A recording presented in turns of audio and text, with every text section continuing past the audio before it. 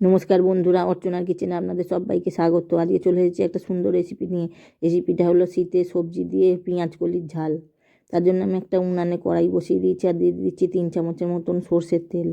আর তাতে দিয়েছি 5 ফোড়ন, শুকনো লঙ্কা ফোড়নে দিয়ে দিলাম।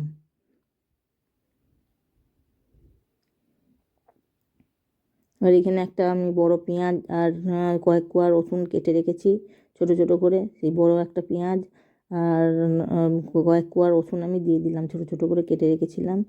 এগুলো দিয়ে একটু ভেজে ভেজে নেব।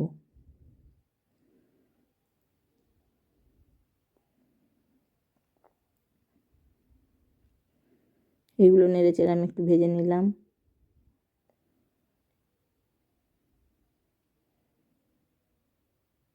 খুব বেশি কড়া করে ভাজার দরকার নেই, মোটামুটি একটু লাল লাল রং হয়ে এলেই হবে।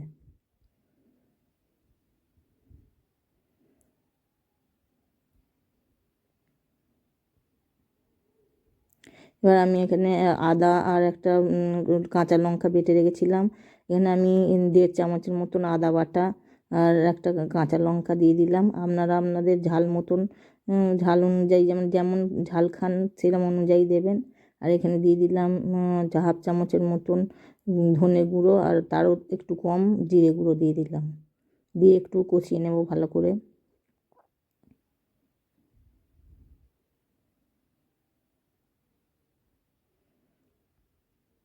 আর বাটিটা ধুয়ে একটু জল দিয়ে দিয়েছিলাম যাতে এটা মশলাটা পুড়ে না যায়।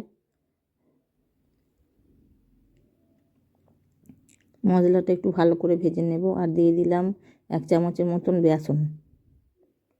1 চামচ ভর্তি ভর্তি একটু বেসন দিয়ে দিলাম। একটা আঁচটা একটু কম করে নেব, একদম কম করে এটা ভাজতে হবে, নাহলে মশলাটা পুড়ে যেতে পারে আর বেসনটাও পুড়ে যেতে পারে। একটু ভালো করে নেড়ে চেড়ে বেসনটা ভেজে নেব যাতে বেসনের কাঁচা গন্ধটা চলে যায়।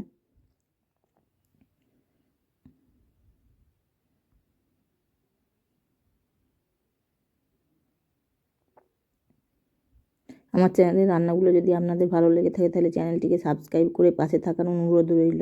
লাইক কমেন্ট অ্যান্ড শেয়ার করতে ভুলবেন না প্লিজ।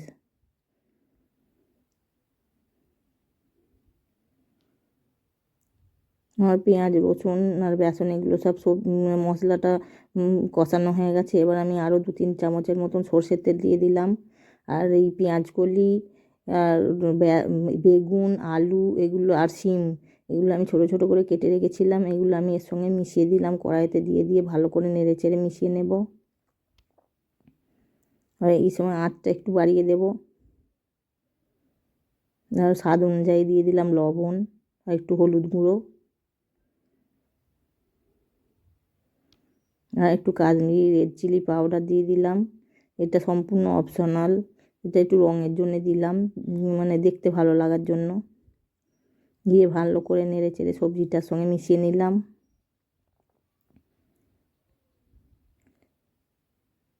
এবার আঁচটা একটু কম করে আমি 2-3 মিনিটের মতো ঢেকে রাখলাম।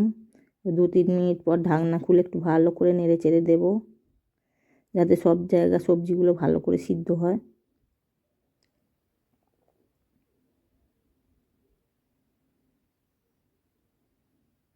এই সময় গ্যাসের আঁচটা কিন্তু কমই রাখতে হবে, নাহলে সবজিগুলো পুড়ে যেতে পারে। আবার আমি 2-3 মিনিটের মতো ঢাকা দিয়ে রেখে দেবো। 2-3 মিনিট পর ঢাকা খুলে আবার নেড়ে চেড়ে নেব।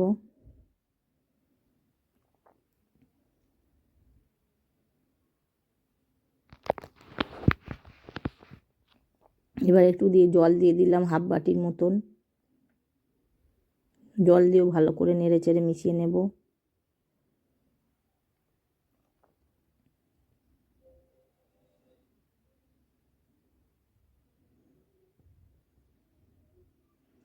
এবার জল দিয়ে আবার গ্যাসের আঁচটা কম করে আমি 2-3 মিনিটের মতো ঢাকনা চাপা দিয়ে রেখে দেবো যাতে সবজিটা ভালো করে সিদ্ধ হয়।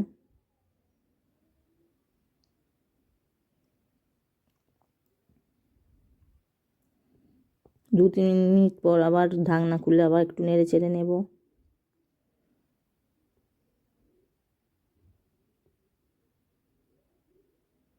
সবজিটা প্রায় আমার সেদ্ধ হয়ে গেছে। এবার আমি দুটো মাঝারি সাইজের টমেটো ছোটো ছোটো করে কেটে রেখেছিলাম, সেইগুলো আমি মিশিয়ে নেব। তরকারির সঙ্গে।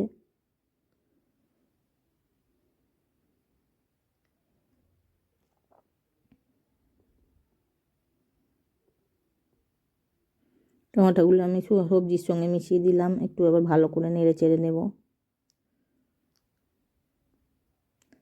দিয়ে টমেটোগুলো যাতে ভালো করে সিদ্ধ হয়ে যায় আবার 2 মিনিটের মতন ঢাকনা চাপা দিয়ে কম আঁচে বসিয়ে রেখে দেব।